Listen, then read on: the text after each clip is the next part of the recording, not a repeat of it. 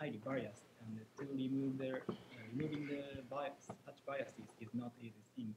So in this work we introduce the recursive partitioning approach, and we try to mitigate the biases for the sampling. Yeah. Are there any other questions?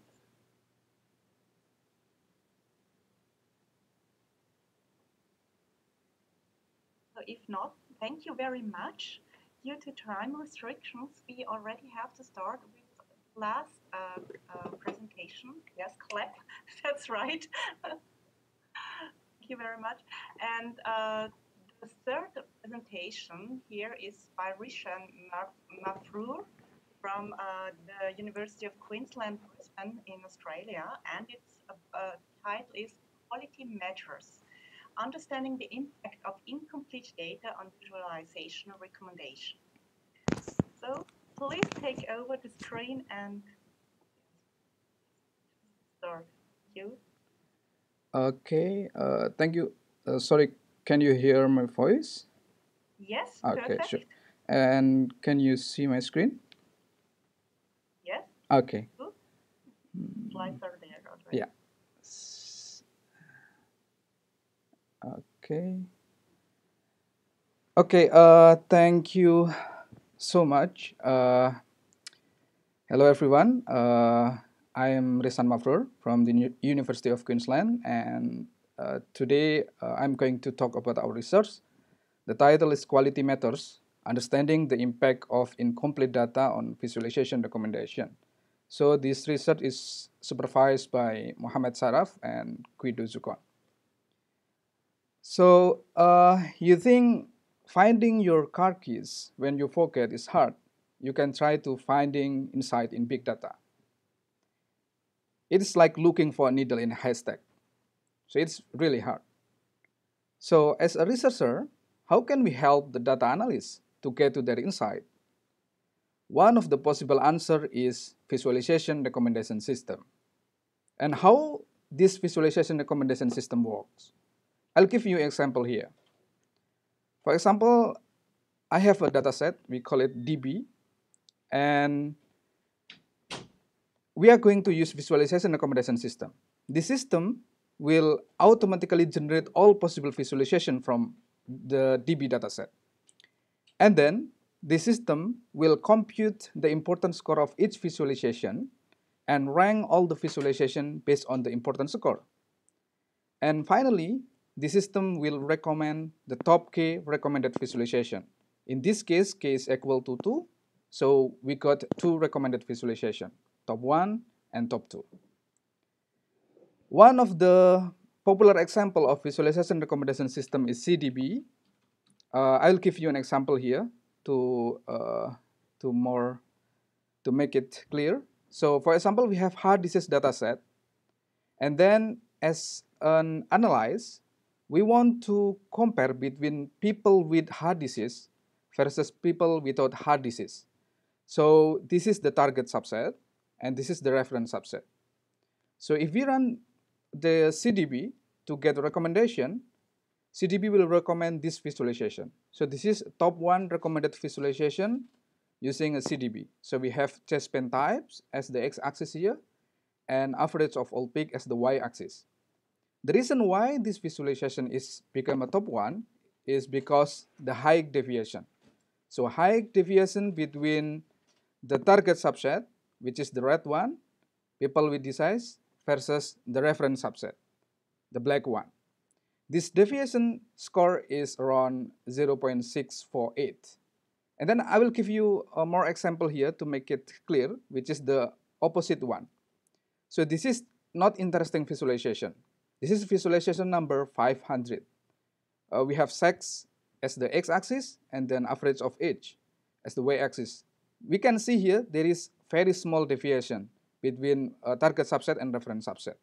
So this deviation score is 0.00 something. So of course, CDB will recommend this kind of visualization and will not recommend this kind of visualization. Okay, so this visualization recommendation system seems very promising. because it can directly or automatically generate most important visualization or most interesting visualization to the user.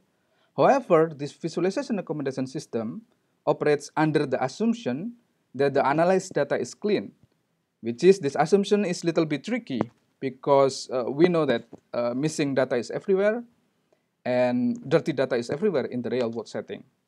I'll give you more example here. For example, we have hard disease dataset with 0 missing values. We call it this dataset as the complete data. And then we use CDB to run recommendation with the k equal to 3. So we get 3 recommended visualization, this one, top 1, top 2, and top 3. And then this hard disease dataset with 0 missing values, we just copy this dataset. And then we put 20% missing values randomly here. We call it incomplete data. And then we run CDB in this dataset, and we get this recommendation, top 1, top 2, and top 3. If we compare between the recommended visualization from complete dataset to the incomplete dataset, we can see that only one visualization in common. So this top 3 from complete data became top 1 from incomplete data. And for the other visualization are exactly different. So based on this motivation, we can understand that if we have dataset with 20% missing values, and then we run visualization recommendation system, we will get recommended visualization that exactly different compared to if we have complete data. So because of this motivation, it is important to understand the impact of incomplete data, especially in the context of visualization recommendation. So in this research, we study the interplay between incomplete data and recommended visual analytic under a combination of different conditions. For example, the different distribution of incomplete data, the difference of data imputation method, the different types of the insight revealed by recommended visualization. I will explain it on the next slide. And then also the quality measure used for computing or for assessing the goodness of the recommendation. Okay, so in this slide, I'm going to talk about the insight type that we use in this research. But before that, I will give you the definition of the insight. So insight is a strong manifestation of statistical property of the data. For instance, high correlation between two attributes, or high skewness or extreme kurtosis. This definition is from Forsyth VLDB 2017. And then, based on this definition, in this study, we utilize 3 types of insight. The first is aggregate-based insight, insight based on the aggregation, which I already explained to you before. So in this insight type, we have 2 types of the insight. The first is outstanding-based insight. This is exactly same as what CDB did. So this is like a CDB. And then the second one is similarity-based insight. This is the opposite one. So if CDB will recommend visualization something like this, which is visualization that has high deviation, for the similarity-based insight, visualization that very close to the reference will be recommended. So this is our first type of the insight. And then the second one, we utilize the correlation-based insight, insight based on the pairs of dimension. Because if we want to compute correlation, we need a pairs of dimension. So for example, in this visualization, we have a maximum heart rate achieved as the x-axis and the h as the y-axis. So this insight type is based on the pair of dimension. And in this case, both dimensions are numerical data.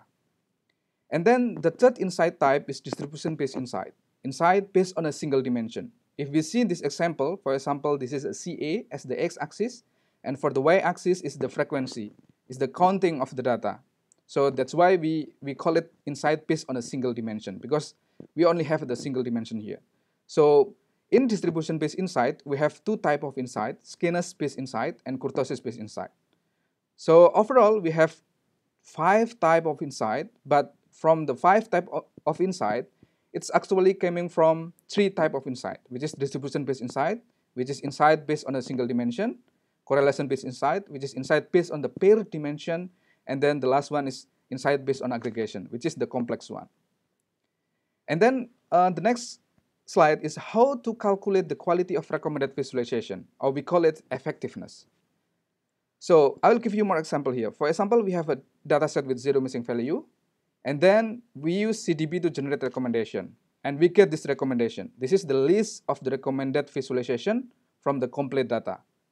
So with the k equal to 5, so we have 5 visualization here, and then for the R is the ranking. So this is ranking 1, 2, and up to 5.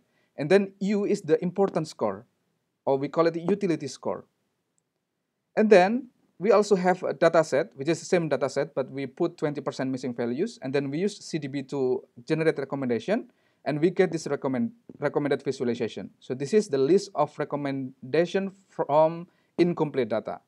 So this is R is ranking, and U is utility score or importance score. So our job is to compare between this recommended visualization to this one. This is the ideal one. So we utilize three quality metrics to compare between the visualization from incomplete data to the visualization from the complete data. So first, we use Jaccard. Jaccard is very popular distance.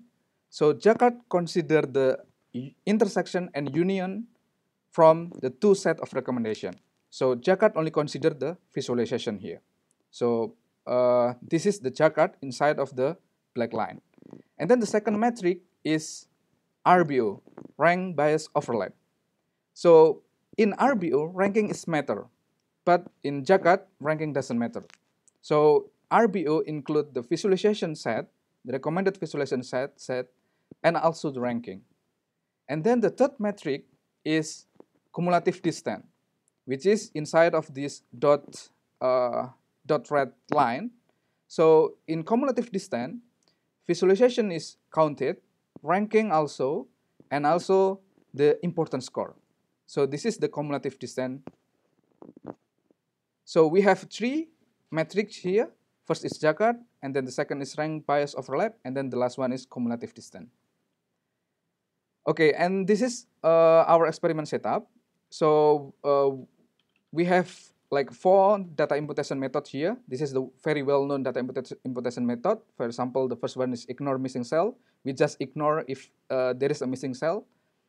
And then the second is eliminate row. If there is a missing data, we just eliminate the row. And then KNN imputation, and also median and most frequent imputation. So if we use median for the numerical data and most frequent for the categorical data. And then for the data set, we use 3 data sets here. The first is diabetes data set from 130 US hospital, and then heart disease and RBNP. All data sets are public. And then insight types, we use 5 insight types here, as I explained to you before in the previous slide. And then for the incomplete data, so incomplete data is missing data completely at random. And we doing observation, for example, what if the missing data only on categorical data, what if the missing data only on numerical data, and what if missing data distributed on the both numerical and categorical data. So this is our result. So start from the first result, impact of data imputation method on effectiveness. So this is the result. So we have some parameters here. So for the to compute the effectiveness, we use Jaccard. Dataset is we use a heart disease dataset here in this result. And then the insight type is outstanding based insight. K is equal to 10, and missing data, we distributed all missing data with respect to the whole data. And here we have percentage of missing data as the x-axis, start from 0% missing up to 30% missing. And for the y-axis is the effectiveness. So we can see from this result, our finding is the best data imputation method is ignore missing cell, and the worst one is eliminate row. So if we can see from this figure, if we increase the missing data, so of course the effectiveness is reduced. But the reduction of the effectiveness is depend on the imputation method. And this is the aggregate-based insight. The type of insight is aggregate-based insight or the outstanding based insight. So this is our key finding. The best data imputation method is ignore missing cell, and the worst one is eliminate row. And for the result based on the RBO and CD, so the similar result. So I only provide the result based on the chart here. And then the next result is impact of incomplete data on effectiveness. But here we use a 3 different data set to see the our result. So here in this figure, we have some parameters. To compute the effectiveness, we use RBO. The K is equal to 10. Imputation method is ignore missing cell. And then the inside type is outstanding base inside. Missing data are distributed to the whole data. We have percentage of missing data start from 0 up to 80% of missing as the x-axis. And this is the effectiveness. And yeah, we can see actually this is the obvious finding. If we increase the data, of course, the effectiveness reduce. So more missing data reduce the effectiveness. But why RBNB did not decrease as much as heart disease, for example? So I have explained it more detail on our paper in the figure 6, page 133. And then the result based on the Jakarta and CD show the similar result. So I only provide this result based on the RBO. And then the next result is impact of incomplete data on effectiveness. But we want to see if the inside types are different. So here we have some parameter. To compute the effectiveness, we use RBO. And then K is equal to 10. Imputation method is ignore missing cell. And missing data are distributed with respect to the whole data. We have percentage of missing data as the x-axis here, and effectiveness as the y-axis. So if we see here, there are some key findings. So for example here, the most resilient inside type is inside based on the single dimension. So if we see here, so if we increase the percentage of missing data, there is some inside type that quite resilient to the missing data. So inside type based on the single dimension, such as squamous and kurtosis, this is the most resilient one. And if you see inside based on the aggregation, which is the outstanding and similarity here, this is less resilient to the missing data. So the loss of the effectiveness is pretty much if compared to inside based on a single dimension here. And the result based on the Jakarta and CD also show the similar. So that's similar result. So that's why in this presentation, I only provide result based on the RBO. And the last question is, what if missing data only on categorical data? Or what if the missing data only on numerical data?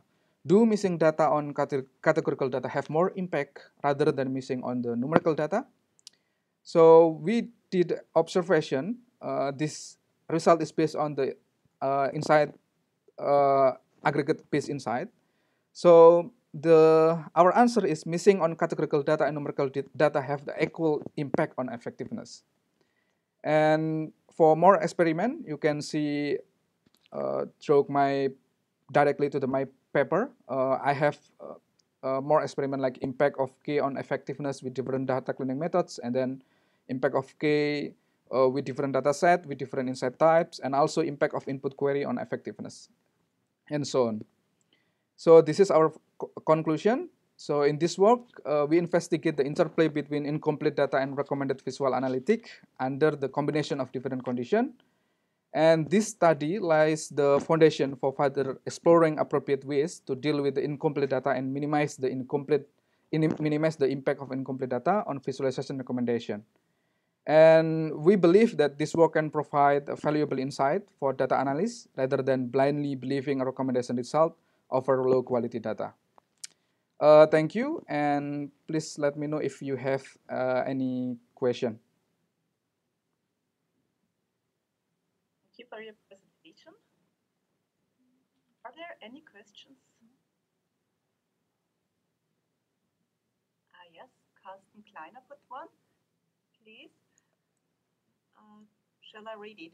Does cumulative distance contain the other two metrics, or are there cases where you actually need the other metrics? Wait a second.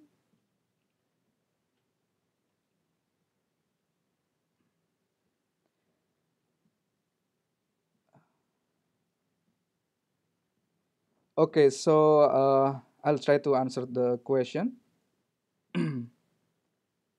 So the reason why we utilize three different metrics here, because for example, something like this. So uh, CD, cumulative distance, is based on the NDCG. So the NDCG distance, NDCG metric is very popular in information retrieval. But if we look NDCG on information retrieval, usually they have like the relevant score. But here, in this context of our work, we don't have any relevant because this is purely data driven. There is no user involved here. So we change the relevant score to the important score here. So the reason, so if the CD include all the metric, why we still use the RBO and Jakat? So this is the question actually, right? So for example, something like this. So we want to see we want to see the recommended visualization based on the missing data compared to the ideal one. So if we compare only using Jakat, we only see the items, right? And then, okay, we move to the rank bias overlap. So we consider the item, also consider the ranking. So actually, we can use the RBO. We can use the RBO because this distance is considered the items, the visualization, and also the ranking. But the problem is, for example, in this example, so this recommended visualization, if we compare the LI has U, V, W, X, and Z here. So U, V, W, X, and Z, and then LC is U, V, W, X, and Y. So only one visualization are different here, right? And using cumulative distance, actually, in this case, the score RBO will decrease because it has a different visualization from the both set. But if we see cumulative distance, actually Y and Z has exactly same score, same important score here. So like 0.89 or something. So this is why we propose the cumulative distance. But if we only use cumulative distance, somehow uh, we couldn't see any difference. For example, yeah, might be in the paper. So here,